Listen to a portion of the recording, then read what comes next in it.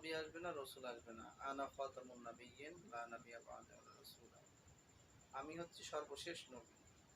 আমাদের যুগটা হচ্ছে ফিতনার যুগ। মহানবী সাল্লাল্লাহু আলাইহি ওয়াসাল্লাম তিনি হাদিসে বলে গিয়েছেন যে কিয়ামতের আগে অচিরেই এমন একটি যুগ আসবে যে যুগে মানুষ তার হাতের মুঠোয়, হাতের মুষ্টির ভিতরে আগুনের কয়লা রাখতে যত কষ্ট হবে তার চাইতে বেশি কষ্ট হবে তার ঈমানকে টিকিয়ে রাখতে। তো এই ফিতনার যুগ আমরা অতিবাহিত করতেছি। আমরা মুসলমান, আজকে আমাদের ঈমান বিভিন্ন মাধ্যমে ঈমান আমাদের ধ্বংস হয়ে যাচ্ছে। আমরা নামাজ কালাম যা কিছু করি না কেন, কিন্তু ঈমান যদি না থাকে তাহলে কিছুই আল্লাহ তাআলার দরবারে কবুল হবে না। আর সকলকে, সমস্ত মুসলমানকে ঈমানের পরীক্ষা দিতে হবে। আল্লাহ রাব্বুল আলামিন পবিত্র কোরআনুল কারীমের মধ্যে বলে দিয়েছেন, আম হাসিবতুম আন তাদখুলুল জান্নাতা ওয়ালাম্মা ইয়া'লামিল্লাহুল্লাযীনা জাহাদু মিনকুম ওয়া ইয়া'লামাস সাবিরিন। তোমরা কি ভেবে রেখেছো যে তোমরা এমনি এমনি জান্নাতে চলে যাবে হিসাব নিকাশ ছাড়া? ওয়ালাম্মা, অতঃপর এখনো আল্লাহ তাআলা জানেননি, ওয়ালাম্মা ইয়া'লামিল্লাহুল্লাযীনা জাহাদু, যে তোমাদের মধ্যে কে জিহাদ করে, জাহাদু মিনকুম, আল্লাহ পাক বলেন তোমাদের মধ্যে কে জিহাদ করে, ওয়া ইয়া'লামাস সাবিরিন, এবং কে ধৈর্যশীল, কে ধৈর্য ধারণ করে। তো যারা মুমিন হবে তারা আল্লাহর দ্বীনকে উড্ডীন করার জন্য তারা সদা সর্বদা তাদের অন্তরে জেহাদি, তাদের অন্তরে ইসলামের জন্য শহীদ হওয়া, তাদের যারা মুমিন হবে তাদের এটা আশা থাকবে, অনুপ্রেরণা তাদের ভিতরে থাকবে। আর তারা হবে ধৈর্যশীল। আল্লাহ পাক বলেন জাহাদু মিনকুম ওয়া ইয়া'লামাস সাবিরিন, তারা হবে ধৈর্যশীল। তারা তাড়াহুড়ো করবে না, তারা আল্লাহর উপর তাওয়াক্কুল, নির্ভর করে তারা সব সময় চলবে।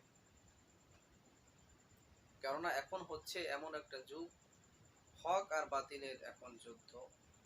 আল্লাহ রাসূল সাল্লাল্লাহু আলাইহি ওয়াসাল্লাম তিনি বলে গিয়েছেন যে কিয়ামতের আগে কঠিনতর একটা যুদ্ধ হবে, যে যুদ্ধের নেতৃত্ব দিবেন, মুসলমানদের পক্ষে থাকবেন ইমাম মাহদি ঈসা আলাইহিস সালাতু ওয়াস সালাম, আর শত্রু পক্ষের তাগুত, আল্লাহর শত্রু পক্ষে থাকবে দাজ্জাল এবং তার অনুসারী সহ ইবলিসের যত চালাবালা, তারা এই যুদ্ধে অবতীর্ণ হবে। তো এখন আমাদের মুসলমানদের প্রধান দায়িত্ব হচ্ছে, আজকে ইহুদি খ্রিস্টান, তারা মুশরিক, তারা মুসলমানদের চরিত্র ধ্বংস করার জন্য আজকে বিভিন্ন রকমের ইলেকট্রনিক মিডিয়ার মাধ্যমে আজকে তাদের চারিত্রিক আজকে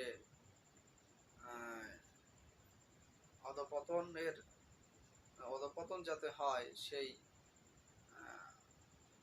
কর্ম তারা সবসময় চালিয়ে যায়, যাতে মুসলমান সমাজের আজকে যুবক যারা, তারাই মূলত ভবিষ্যৎ পরবর্তী প্রজন্মের নেতৃত্ব দেবেন। তো তাদেরকে যদি ধ্বংস করা হয়, তাদেরকে যদি ঈমান হারা করা হয়, তাহলে মুসলমানদের সাথে এমনি এমনি তারা পেরে যাবে। এই চিন্তা চেতনায় আজকে মুসলমানদের ভিতরে দেখে সুদ, আল্লাহ পাক বলছেন যে সুদকে হারাম করে দিয়েছেন আল্লাহ পাক সুদকে করেছেন হারাম, আর ব্যবসাকে করেছেন হালাল।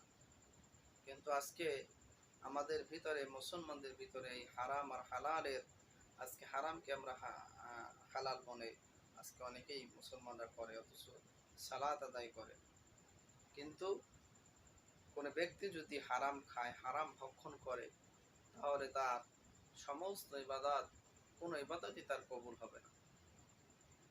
আমরা জানি আমাদের আদি পিতা হযরত আদম আলাইহিস সালাতু ওয়াস সালাম এবং মাতা হাওয়া আলাইহিস সালাতু ওয়াস সালাম যখন জান্নাতে ছিলেন, আল্লাহ রাব্বুল আলামিন তাদেরকে নির্দেশ করেছিলেন, অর্ডার করেছিলেন। আল্লাহ পাক বলেছেন, লা তাকরাবা হাযিহিশ শাজারাতা, লা তাকরাবা, তোমরা ওই গাছের নিকট যেও না, নিষেধ করেছেন।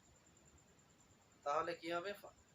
হাযিহিশ ফাতাকুনা মিনাজ জালিমিন, তাহলে তোমরা জালেমদের অন্তর্ভুক্ত হয়ে যাবে। কিন্তু তারা সেই আল্লাহ পাকের নিষিদ্ধ ফল ভক্ষণ করার সাথে সাথে তারা আর বেহেশতে থাকতে পারলো না। তো এই জন্য কোনো ব্যক্তি যদি হারাম খায় এবং ইবাদত বন্দেগী করে, তার হারামের শরীর কখনো বেহেশতে প্রবেশ করবে না। মহানবী সাল্লাল্লাহু আলাইহি ওয়াসাল্লাম তিনি সহিহ হাদিসে বলে গিয়েছেন যে লা তাদখুলুল জান্নাতা জাসাদুন গুযিয়া বিল হারাম, যে হারাম ভক্ষণকারী শরীর কখনো বেহেশতে প্রবেশ করবে না। আমরা মুসলমান যারা আল্লাহর প্রতি ঈমান এনেছি, আমাদের সকলকে এই হারাম বর্জন করতে হবে, হালালকে গ্রহণ করতে হবে। আল্লাহ পাক বলেছেন ওয়া আহাল্লাল্লাহুল বাই'a ওয়া হাররামা রিবা। তো আমরা সকলেই যেন আল্লাহর হালালকৃত আল্লাহ পাক যেই মাল দিয়েছেন আমরা সেগুলো যেন ভক্ষণ করতে পারি। আর মানুষের প্রতি যেন আমরা জুলুম, মানুষের তাদের হক যেন আমরা নষ্ট না করি। এটা কঠিনতর গুনাহ। আজকে আমরা মুসলমানদের ভিতরে আজকে এই অধঃপতন শুরু চলছে, যে জোর যার মুল্লুক তার। আজকে যার জোর আছে, যার ক্ষমতা আছে, সে আজকে সাধারণ যারা প্রকৃত মালিক আজকে তারা অসহায়, আর যাদের কিছুই ছিল না তারা আজকে প্রভাব প্রতিপত্তি নিয়ে তারা আজকে উঁচু হয়ে দাঁড়িয়ে তারা কথা বলে। আল্লাহ রাসূল এটাও হাদিসের কথা। তো সম্মানিত আমার দ্বীনী ভাইরা, এই ফিতনা ফাসাদের যুগে আমাদেরকে আল্লাহর কাছে দোয়া করতে হবে, আল্লাহুম্মা ইন্নী আউযু বিকা মিন আযাবি জাহান্নাম, আয় আল্লাহ তুমি জাহান্নামের আযাব থেকে আমাদেরকে তুমি রক্ষা করো। ওয়া মিন আযাবিল কবর, কবরের আযাব, কবরের আযাব প্রচন্ড আযাব, এর কথা বিশ্বনবী হাদিসে বলেছেন। ওয়া মিন আযাবিল কবর ওয়া মিন ফিতনাতিল মাহইয়া ওয়াল মামাত, হায়াত মউতের ফিতনা। আজকে হায়াতের ফিতনা হলো সমস্ত পাপ কর্মে লিপ্ত হওয়া, জেনায় লিপ্ত হওয়া, সুদ খাওয়া, ঘুষ খাওয়া, জুলুম করা, খাদ্যে ভেজাল দেয়া, মানুষকে কষ্ট দেয়া, মানুষের মাল আত্মসাৎ করা, এতিমের মাল ভক্ষণ করা। এরপরে সমস্ত আজকে ইলেকট্রনিক মিডিয়ার মাধ্যমে, মোবাইলের মাধ্যমে, আজকে ইউটিউবের মাধ্যমে যত অশালীন যে জিনিসগুলো আল্লাহ পাক হারাম করেছে সেইগুলো দেখা, খারাপ জিনিস, সমস্ত প্রত্যেকটি কাজ, মদ খাওয়াগুলো, সমস্ত কিছু ফিতনা। এই ফিতনা থেকে আল্লাহর কাছে নামাজের ভিতরে দোয়া চাইতে হবে, আল্লাহ দোয়া করতে হবে আমিন ফিতনাতিল মাহিয়া ওয়াল মামাত। হায়াত এবং মউতের ফিতনা, মউতের ফিতনা হচ্ছে মৃত্যুর সময় শয়তান তার দলবল সহ সে ঈমানদারদেরকে বেঈমান করার জন্য সে ধোঁকা দেবে, যেন সে ঈমান না নিয়ে মৃত্যুবরণ করে। কারণ কোনো ব্যক্তি যদি ঈমান নিয়ে মৃত্যুবরণ করে তাহলে সে অবশ্যই জান্নাত যাবে। তো এই দোয়া আমাদের নামাজের ভিতরে করতে হবে, বিশেষ করে বেশি করে নফল নামাজের ভিতরে আমরা যেন বেশি বেশি করে করতে পারি আল্লাহর কাছে শেষ বৈঠকে আমিন ফিতনাতিল মাহইয়া ওয়াল মামাত, আমিন ফিতনাতিল মাসিহিদ দাজ্জাল। আর কানা দাজ্জাল থেকে আল্লাহর কাছে পানা চাইতে হবে, কারণ সে হবে জাগতিক আর্কিটেক্ট, সে হবে আল্লাহ পাক তাকে কিছু ক্ষমতা ও কিছু সময়ের জন্য তাকে তার ঈমানদার বান্দাদেরকে পরীক্ষা করার জন্য, যে কারা প্রকৃত আল্লাহ পাকের বান্দা, আল্লাহ পাক সেটা দেখবে। দাজ্জালের এক হাতে থাকবে জান্নাত, আর এক হাতে থাকবে জাহান্নাম। যে হাতে জান্নাত সেটাই হচ্ছে আসলে জাহান্নাম, আর যেটা জাহান্নাম সেটা হচ্ছে জান্নাত। তোমরা একজন মুসলমানকে, ঈমানদারদেরকে সে বলবে যে তুমি যদি আমার এক খোদা মানো, আমাকে প্রভু হিসাবে যদি তুমি মানো, তাহলে আমি তোমাকে জান্নাতে দেব, আর না হলে তোমাকে আমি কতল করবো, হত্যা করবো, জাহান্নামে ফেলে দেবো। তো যে ব্যক্তি ইমানদার সে কখনো তাকে কানা দাজ্জালকে সে খোদা হিসেবে সে মানবে না, তখন তাকে হত্যা করে ফেলা হবে। তো এরপরে সে আল্লাহর হুকুমে আবার আল্লাহ তাআলা তাকে জীবন দান করবে। তো এই সমস্ত কিছু ঘটনা অচিরেই ঘটবে, আল্লাহ রসুলের ভবিষ্যৎবাণী সত্য হবে। আল্লাহ রসুল সাল্লাল্লাহু আলাইহি ওয়াসাল্লাম বলছেন যে দাজ্জালের তোমরা দাজ্জালের ফিতনা থেকে আল্লাহ তাআলার কাছে তোমরা দোয়া করবে, কারণ সে হচ্ছে আদম আলাইহিস সালাতু ওয়াস সালাম থেকে শুরু করে কিয়ামত পর্যন্ত তার চাইতে তো কত বড় ফিতনা আর নেই পৃথিবীতে। আজকে মুসলমানরা আমরা ঘুমিয়ে আছি, আজকে আমরা কোরআন সুন্নাহ সাথে আমাদের কোনো সম্পর্ক নেই, আমরা শুধু শুনে মুসলমান হইতে চাই, কিন্তু সাহাবায়ে কেরাম তারা শুনে না, তারা পড়ে আমল করে বুঝে তারা প্রকৃত মুসলমান ইমানদার, তারা আল্লাহ পাক তাদের করেছেন, তারা হয়েছে।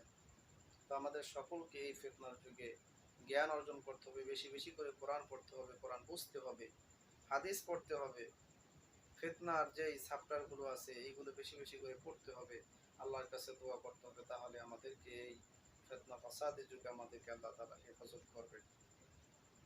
এই জন্য আল্লাহ পাক বলেন, আম হাসিবতুম আন তাদখুলুল জান্নাতা ওয়ালাম্মা ইয়ালামিল্লাহুল্লাযিনা জাহাদু মিনকুম ওয়া ইয়ালামাস সাবিরিন। তোমরা কি ভেবে রেখেছো যে আমি তোমাদেরকে পরীক্ষা ছাড়াই জান্নাতে তোমাদেরকে প্রবেশ করাবো? অথচ আল্লাহ তাআলা এখনো জানেননি কারা জিহাদ করে আর কারা ধৈর্যশীল, কারা ধৈর্য ধারণ করে। আমাদেরকে আল্লাহর সন্তুষ্টির জন্য, আল্লাহর দ্বীনের জন্য আমাদেরকে জিহাদ করতে হবে। আল্লাহ পাক বলেন, ইন্নাল্লাহা আশতারা মিনাল মুমিনিনা আনফুসাহুম ওয়া আমওয়ালাহুম বিআন্না লাহুমুল জান্নাহ। নিশ্চয়ই আল্লাহ তাআলা ক্রয় করে নিয়েছেন জান্নাতের বিনিময়ে তোমাদের জান এবং মাল, এর বিনিময়ে আল্লাহ তাআলা তোমাদের জন্য জান্নাত রেখে দিয়েছেন। তো আমাদের জান, আমাদের মাল, এটা তো আল্লাহর জন্য। আল্লাহ পাক আমাদেরকে জানও দিয়েছেন, মালও দিয়েছেন। তো সেই জান মাল আল্লাহর পথে আমরা খরচ করব, এটাতে তো আমাদের কষ্ট হওয়ার কথা নয়। যে ব্যক্তি আল্লাহর পথে জীবন দিবেন সে ব্যক্তি শহীদ। আর এই দুনিয়ার জীবনটা হচ্ছে সামান্য, আর পরকালে জীবনটা হচ্ছে স্থায়ী। আল্লাহ পাক কোরআনে বলেন, খালিদিনা ফিহা আবাদা, সেখানে তারা স্থায়ী হবে, চিরস্থায়ী। সেখানে তাদের কোনো মৃত্যু থাকবে না, তাদের কষ্ট দুঃখ ক্লেশ সেখানে থাকবে না। তো সেই চিরস্থায়ী সুখ শান্তি লাভ করার জন্য আমাদেরকে এই দুনিয়ার জীবনকে আমাদেরকে আল্লাহর রাহে, আল্লাহ সন্তুষ্টির জন্য উৎসর্গ করে দিতে হবে, দ্বীনের জন্য। আল্লাহ রাব্বুল আলামিন তাহলে আমাদেরকে সেই যে জান্নাতের ওয়াদা করেছেন, আল্লাহ পাক অবশ্যই তিনি সেই জান্নাত আমাদেরকে দান করবেন। ওয়াদাল্লাহি হাক্কা, আর আল্লাহর ওয়াদা হচ্ছে সত্য, তার চেয়ে আর কার কথা সত্য হতে পারে? আল্লাহ পাক বলেন, তখন আসদাকু মিনাল্লাহি কিলা, যে আল্লাহর, আমি আল্লাহর চাইতে আর কার কথা অধিক, কার কথা সত্য হবে? আল্লাহ চাইতে সত্যবাদী আর কে আছে? তার থেকে সত্যবাদী কে আছে? আর কেউ নেই। তো আল্লাহ পাক আমাদের সকলকে যেন ইসলামের জন্য, দ্বীনের জন্য কবুল করেন। আমাদের সকলকে যেন আল্লাহ তাআলা আমাদের সমস্ত মুসলমানদের ভিতরে যেন শাহাদাতি তামান্না থাকে। আল্লাহ পাক আমাদেরকে, আমাদের দুনিয়াতে আসলে আমাদের মৃত্যুবরণ করতেই হবে। কুল্লু নাফসিন যায়িকাতুল মাউত।